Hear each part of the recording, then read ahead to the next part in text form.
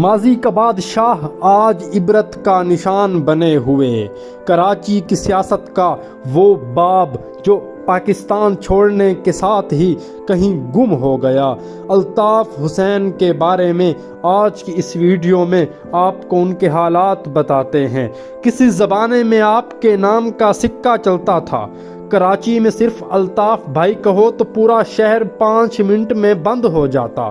London سے T V پر خطاب کرتا تو لوگ کانپتے ہوئے اس کے ٹی وی والے خطاب کو یوں سنتے جیسے کوئی معتبر یا معزز چیز سن رہے ہوں۔ آپ کا اگر کسی قربانی کی کھالوں پر صرف بھاؤ کے نام کا سٹامپ لگا کر کوئی جاتا تو پورا کراچی چھان مارو، وہ کھال تم سے کوئی نہ لے گا۔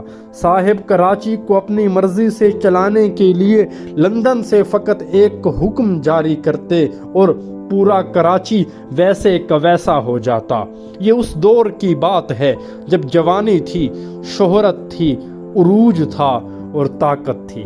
لیکن ناظرین، اب بڑھاپا ہے، لندن کے کسی گمنام مقام پر رہتے ہیں، کوئی میڈیا کے سامنے لاتا ہے تو الزامات لگاتا ہے، پڑوسی ملک بھارت کا ایجنٹ قرار دیتا ہے، اور اس کے علاوہ خصوصی طور پر آج کل صحت کچھ اس قدر خراب ہے کہ آپ زندہ لاش بن کر ہسپتال میں اپنی موت کا انتظار کر رہے ہیں کہ کس وقت سانس کی ڈور ٹوٹتی ہے۔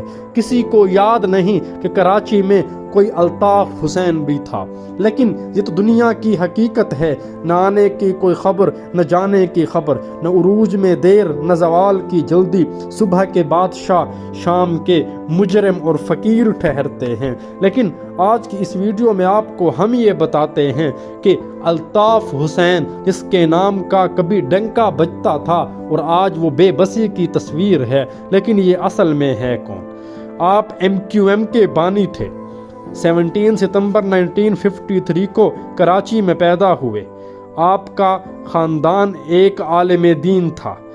آپ کے والد برطانوی انڈیا میں اسٹیشن ماسٹر تھے، اور پھر جب آپ لوگ پاکستان آئے تو وہ کارخانے میں ایک کلرک مکمل ہو گئے۔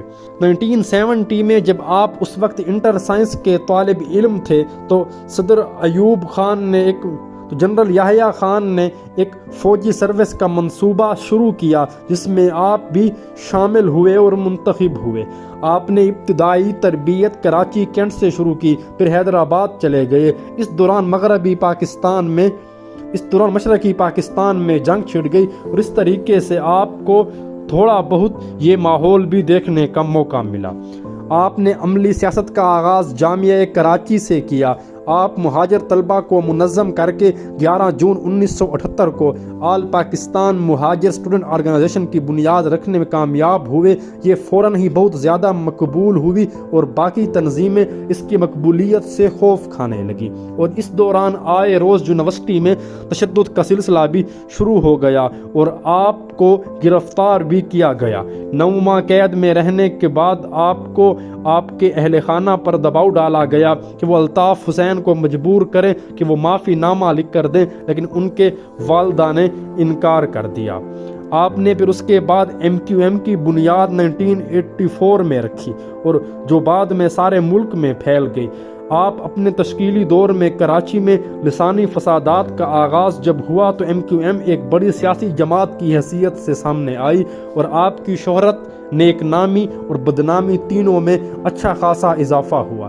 کراچی کے فسادات کے دوران ہی آپ نے سندھ کے دوسرے شہروں کے جہاں مہاجر بکثرت آباد تھے وسیع دورے کیے اور اخلاقی تربیت حاصل کی۔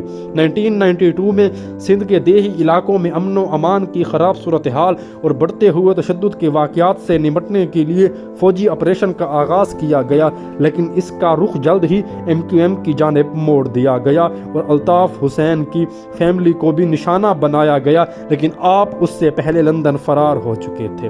اس دور میں آپ کی تشدد آمیز سیاست کا پردہ فاش ہوا، ٹارچر سیل اور خفیہ قبریں دریافت ہوئیں، اور آپ کے ساتھیوں پر مختلف سنگین نوعیت کے الزامات لگائے، اور اس طریقے سے آپ کے ساتھیوں نے بھی آپ کو چھوڑ کر ایک مکمل طور پر علیحدہ جماعت کی بنیاد رکھی۔ آپ 1991 میں جب ایک ناکام قاتلانہ حملے کے بعد MQM کی قیادت اور